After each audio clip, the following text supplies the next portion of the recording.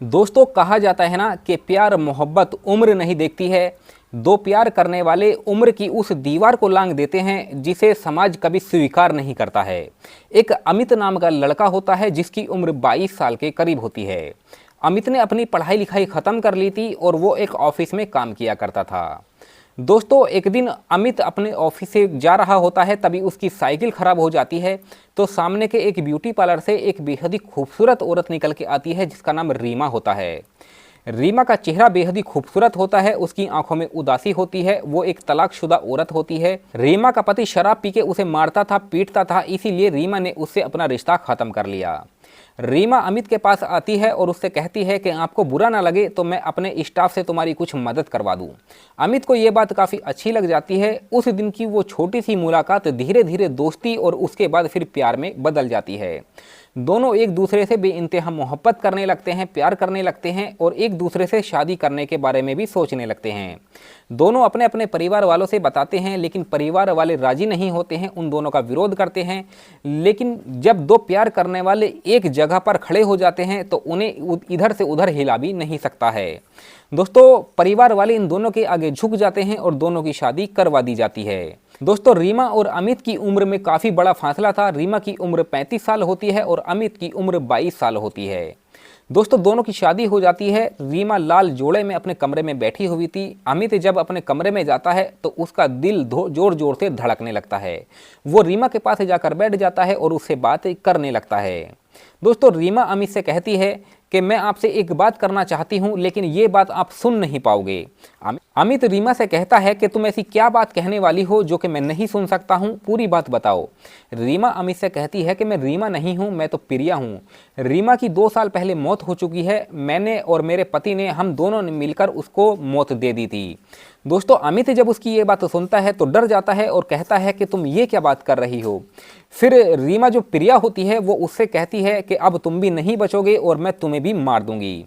अमित डर जाता है और फिर वहां से भागने की कोशिश करने लगता है। लेकिन रीमा उसके साथ जो करती है दोस्तों वो वाकई हैरान करने वाला था, परेशान करने वाला था। आखिर ये जो रीमा थी जो कि प्रिया थी, उसका असली नाम प्रिया था, वो अमित के साथ क्या करने वाली थी, क्यों मारने वाली थी, आखिर उससे उसकी क्या दुश्मनी थी। दोस्तों जब इसके बारे में आप जानोगे तो वाकई आपके रोंगटे खड़े हो जाएंगे। तो बस आप इस वीडियो में अंत तक बने रहिएगा, क्योंकि इस वीडियो से आपको एक बहुत बड़ी सीख मिलने वाली है। और हमारी आप लोगों से एक छोटी सी रिक्वेस्ट है, अगर अभी तक आपने हमारे चैनल को सब्सक्राइब नहीं किया है तो हमारे चैनल को सब्सक्राइब कर लीजिएगा और वीडियो को लाइक कर दीजिएगा। और जितने भी भाई बंधु हमारी इस वीडियो को देश के किसी भी कोने से देख रहे हैं तो वो इस वीडियो की कमेंट में अपना नाम और अपनी सिटी का नाम जरूर लिखें, ताकि अगली वीडियो में हमें आपके नाम बोलते हुए खुशी हो। तो चलिए शुरू करते हैं और बताते हैं कि आखिर पूरी कहानी है क्या। दोस्तों आज की हमारी सच्ची कहानी की शुरुआत होती है भोपाल जिले से, और इसी जिले के अंतर्गत एक टीटी कॉलोनी में अमित नाम का लड़का अपने माता पिता के साथ रहा करता था। अमित अपने माता पिता का एक लौटता बेटा होता है। उसने अपनी पढ़ाई लिखाई ख़त्म कर ली थी और पढ़ाई लिखाई ख़त्म करने के बाद वो एक ऑफिस में जॉब किया करता था।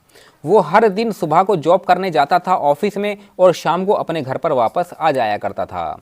दोस्तों अमित का हर दिन का यही काम था। दोस्तों एक दिन अमित अपने ऑफिस से घर लौट रहा होता है, तभी उसकी साइकिल खराब हो जाती है और साइकिल ठीक करने के लिए वो वहीं पर रुक जाता है। दोस्तों सामने एक ब्यूटी पार्लर बना हुआ था। उस ब्यूटी पार्लर से एक औरत निकल के आती है जिसका नाम रीमा होता है। जी हाँ दोस्तों, रीमा की उम्र 35 साल के करीब होती है। वो तलाकशुदा होती है। 2 साल पहले उसका रिश्ता अपने पति से ख़त्म हो चुका था, क्योंकि उसका पति उसे शराब पीकर मारता था, पीटता था। दोस्तों रीमा अमित के पास आ जाती है और उससे कहती है कि आपको अगर बुरा ना लगे तो मैं अपने स्टाफ से तुम्हारी मदद करवा दूं। दोस्तों अमित हाँ कर देता है। उसके बाद उसकी साइकिल ठीक हो जाती है। उसके बाद अमित को उसकी ये बात काफ़ी पसंद आ जाती है, क्योंकि रीमा ने उसकी मदद की थी।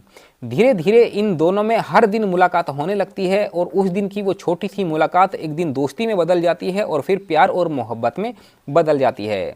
दोनों का कॉन्टैक्ट नंबर एक दूसरे के पास आ जाता है। घंटों घंटों फ़ोन पर बातें करने लगते हैं। दोस्तों अमित और रीमा की उम्र में काफ़ी बड़ा फासला था, क्योंकि अमित की उम्र 22 साल थी और रीमा की उम्र 35 साल थी।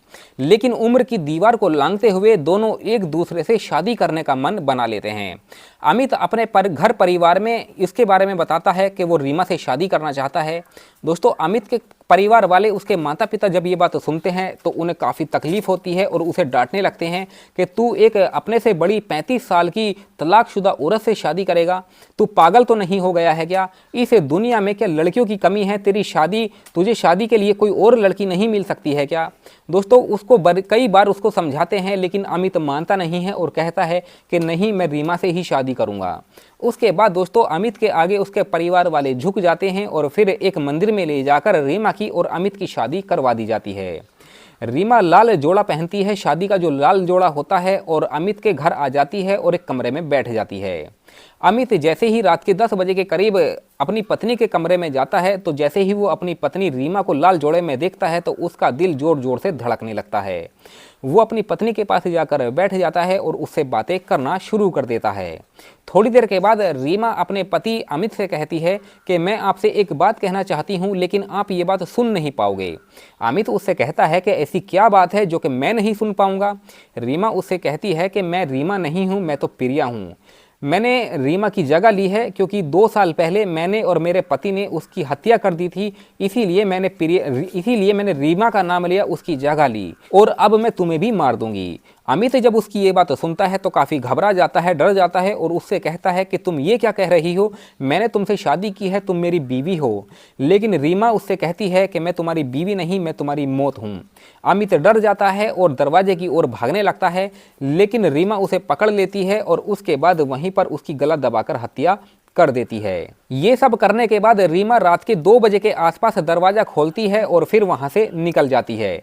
अब अगले दिन जब सुबह होती है तो घर परिवार वालों को यही लग रहा था कि दोनों अंदर होंगे।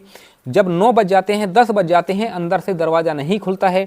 घर परिवार वालों को कुछ डाउट होता है, कुछ शक होता है। इसीलिए जैसे ही वो अमित के कमरे की ओर बढ़ते हैं तो देखते हैं कि बाहर से तो दरवाज़ा खुला है। जैसे ही वो दरवाज़ा खोलते हैं तो अंदर अमित की लाश पड़ी हुई थी। अब अमित के माता पिता जब अपने बेटे की लाश देखते हैं तो फूट फूट कर रोने लगते हैं। उनका तो बुरा हाल हो जाता है, जैसे कि उनकी तो पूरी ज़िंदगी ही उजड़ गई हो। अब आसपास के लोग, जितने भी मेहमान आए थे, जो आसपास के लोग थे, वो पुलिस को खबर कर देते हैं। मौके वारदात पर पुलिस आ जाती है दोस्तों। उसके बाद अमित की बॉडी को अपने कब्जे में लेके उसे पोस्टमार्टम के लिए भेज दिया जाता है। पोस्टमार्टम की रिपोर्ट जब आती है तो उसमें ये साफ साफ लिखा हुआ था कि अमित की गला दबाकर हत्या की गई है। अब पुलिस का शक रीमा के ऊपर चला जाता है क्योंकि अमित के कमरे से उसका एक पासपोर्ट मिला था जिसमें रीमा का असली नाम प्रिया लिखा हुआ था, और उसका फ़ोन भी वहाँ पर मौजूद था। उसके फ़ोन में एक वीडियो था और उस वीडियो में रीमा बता रही थी कि मैं रीमा नहीं हूँ, मैं तो प्रिया हूँ।